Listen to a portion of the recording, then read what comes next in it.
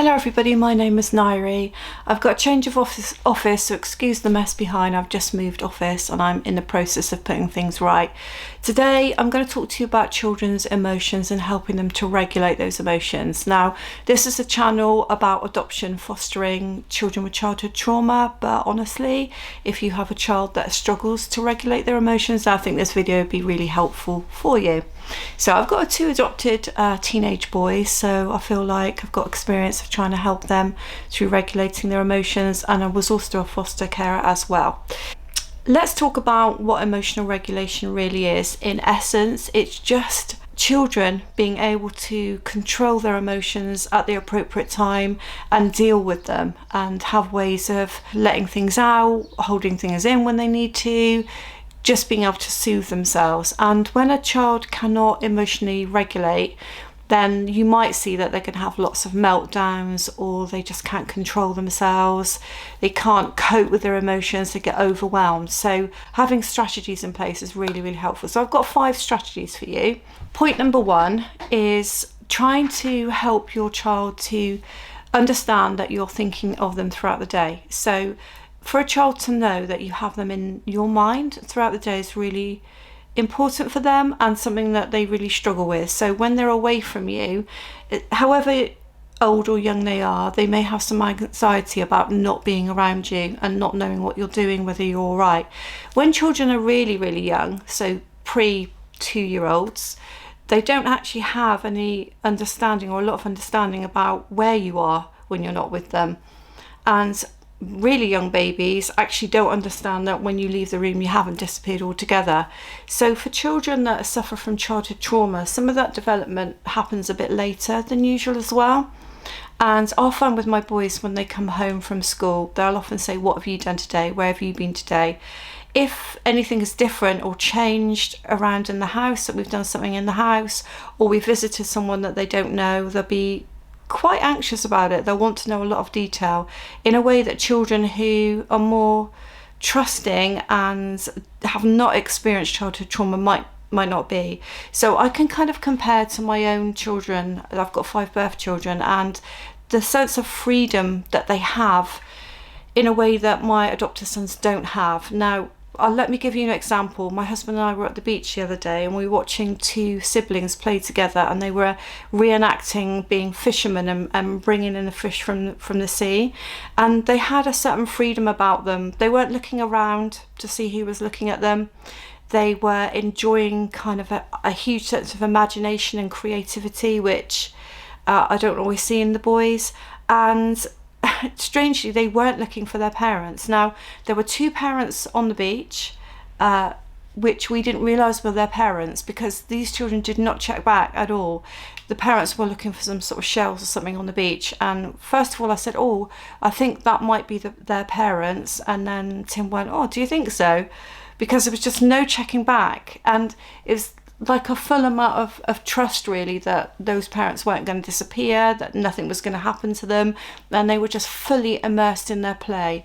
And I find with the boys that doesn't happen. They never really let go, and so they are probably worrying during the day about where you are and what you're doing, and to let them know that you're thinking of them during the day really helps them. So some strategies around how you can do that. Some people will pop something in a packed lunchbox, a smiley face or a little note or something like that. Or you can actually say to your child, "Well, when you come home from school tonight, this is what we're going to do." I've had a situation with my son recently, my younger son. He has been getting into quite a lot of trouble at school. So I did say to him, and I don't normally do this, so please don't think I'm advocating sweets when children come home from school, because I'm definitely not. But I felt like we've been going downhill quite a lot, and I felt like he needed to hear from me that I was aware of what he might be feeling like at school, and that during the day I would be thinking of him and how he's getting on. So I said to him, "I will have these particular sweets ready for you when you come home from school. If you can stay out of the behavioural unit, or if you can stay out of the fight, I'm going to do this for you." And he was really shocked. He said, "Really?" I said, "Yeah, but I'm not doing that every day, but I want to think about you tomorrow, so I'm going to have those ready for you. You're almost creating an attachment for them while they're away from you, and sort of letting them know that you're there for them still. Point number 2 is, I want to play with you, or I want to spend time with you. Now, of course, you may be watching this and your child might be very young, so in which case that first point about them going away and leaving you might not have been relevant. But the second one is relevant for all ages. So I want to play with you, I want to be with you, is something that helps to soothe children. Now, some children you'll find that have been fostered or adopted really struggle to actually want to be with you, and it can take a long time to build an attachment where a child actually wants to come back and find you. Now, this is where perhaps a child has learned to be quite avoidant in their attachment and kind of not know if they really want you or not. So it works for all styles of attachment to say, I want to play with you in a minute. I want to be with you in a minute. So if it's a youth, you might say, I kind of want to be with you in a minute. And they might look really shocked if you say, do you? And they might actually not want to be with you. But the point is not whether the child wants to be with you or not, or what it is you do with them even. It's the fact that you've told them that you want to be with them. So a bit like the first point where you're telling them you're thinking about them, the second point is you're telling them you want to be with them. So it could be that you have a special game that you know they love. It could be a special television program that you know they love. It might be that you suddenly appear in their bedroom if they're older and say, oh, I just want to sit on the bed and chat with you at the moment. Now, I've got lots of rejections from that before. If they just want to do what they want to do and they want to be on their phone or whatever, and you appear and go, oh, I want to sit on the bed and chat with you, they think, oh no. So you do have to be careful that it's not a serious chat. It's just you want to have a little bit of fun with them. So maybe you'll take something in to show them that you've seen that's funny. When it comes to I want to play with you, it's important, if you can, for the child to then choose what it is that they want to do with you. And that might mean that it's very repetitive or boring and you're not going to enjoy it, but the child is saying, okay, you want to play with me, you want to be with me, well, this is what I want to do. Now, when it's with the boys, I'm going to be really brutally honest here. I try to be honest on this channel, by the way. When it comes to the boys, a lot of the things that interest them, as a woman of nearly 54, they don't interest me. And also, when we had our birth children, I had daughters. First, I had 4 daughters and then a son. And I wouldn't say the son was in any way stereotypical of the things he liked to do that boys are often suggested they like to do then. So I find that with the boys, they're very opposite to my interests. So I do find it quite difficult. So if one of the boys says, I want you to come and watch a movie with me, and I want to watch this action thriller, I'll be like, oh, okay, yay, I'd love to watch that. And it might have been a bit different if I think back to what my daughters would have enjoyed doing, whether it be that they would probably want to do something creative out on an art table, or the things that they like to watch on the telly I would find funny or I would enjoy. So I do find it harder with the boys because it doesn't follow my interests. But the whole point is you offering to play or spend time with them, and it's based on what they want to do with you, and it's the pleasure of the two of you being together. I'm going to take a quick break here just to tell you, please don't switch off because I'm going to move on to number 3, that membership is now available on my channel.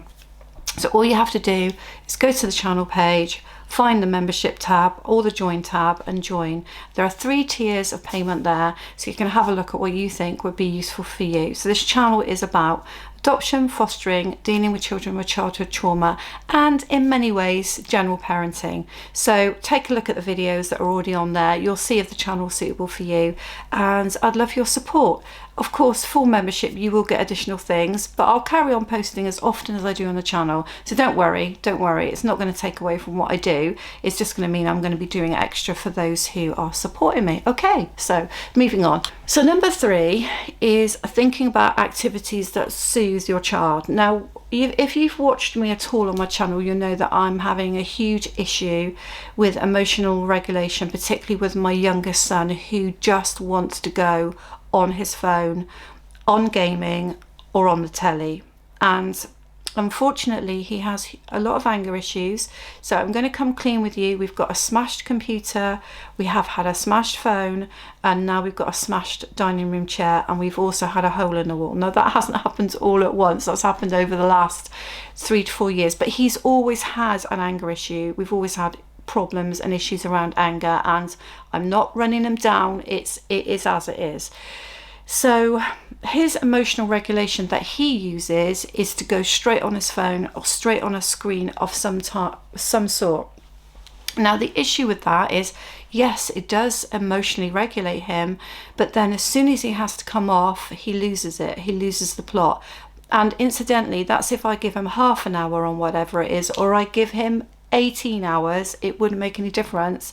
He cannot then come off. So we've had to massively cut back on all of this, and I haven't updated you guys on that, but we've actually had to stop his phone, and we've had to stop gaming at the moment. And so what we do is we allow him sort of TV time when we think it's safe to do so, in the sense that he's not going to get hooked for hours on end. Anyway, that is a digression. Finding an activity that soothes and helps your child is massively helpful. This can link in with, will you play with me, will you be with me, of course, but really what I'm talking about is stuff that they can do that doesn't necessarily need you. Now, if my boys were interested in sitting around and kind of doing mindfulness colouring and drawing and painting, that would be a really amazing idea, but they're not. And one of them will sit down and do more technical drawing, but they're not really into it in a big way. However, I have found with a younger one, something that he does like doing is using tracing paper and tracing over some favourite images and colouring that in, and that is because that is around an area of interest that he has at the moment. He tends to go through obsessions. He's not autistic, he's been assessed and he's not, but these traits, I am told, are from early childhood trauma, which he has a diagnosis of. So he's very repetitive. So that's something that he likes doing. My oldest son is very into his animals and his pets. So he really enjoys being with the dog and doing things around the dog, and he's got a little channel where he kind of films little bits of the dog. Just think of what is it that when you see your child doing this really calms them down. So more examples could be Lego. We call it Lego, you might call it Legos. Building anything, creating. Generally what I'm saying here is that if it uses the hands to stop that anxiety and the emotions getting out of control, it will soothe. So if you think about sensory things that you can do, if you've got younger children, Play-Doh, water, sand, I know they're messy, paint, I know it's messy, but all of those things will really help. Make yourself a list of things that you've noticed when your child does this. It could be that they're playing with little figurines and when they're doing this they calm down. It could be that they're manipulating Play-Doh, they calm down. It could be when they get a book out, particular series of books that they enjoy, they calm down. And have it readily available for those times when you can see that the emotions are escalating and you need to find ways of bringing things down. And what I will say, I'm going to interject here before point 4 and 5, is you need to get in there before you see emotions escalating. This is where maybe my husband and I are a little bit different, because I probably come in too quick and he probably waits a little bit too long. I can see when things are going down south and I'll want to get in there really quickly, and my husband will leave it until it's already gone down south. Now I say perhaps I'm too much on it sometimes and not relaxed enough, but I'd say he's a little bit too relaxed. When you see the signs happening that things are getting out of control, so imagine you're at a friend's house, even if you've got a 3-year-old, you're at a friend's house and you can see that your child is becoming overstimulated, say they're trying to control all the play and they're getting really anxious and they're not controlling their emotion and it's escalating, you have to get in there quick. And if that means going home, well, it means going home, and it's sad, but you're helping them. Think about the fact that you're actually helping them in the long run. Number 4, holding, hugging and touching, being close to your child physically. I've got other videos on the channel about this, is absolutely essential. When you first foster or adopt, you may find that for them to be held, hugged, touch is actually quite difficult and they don't want it.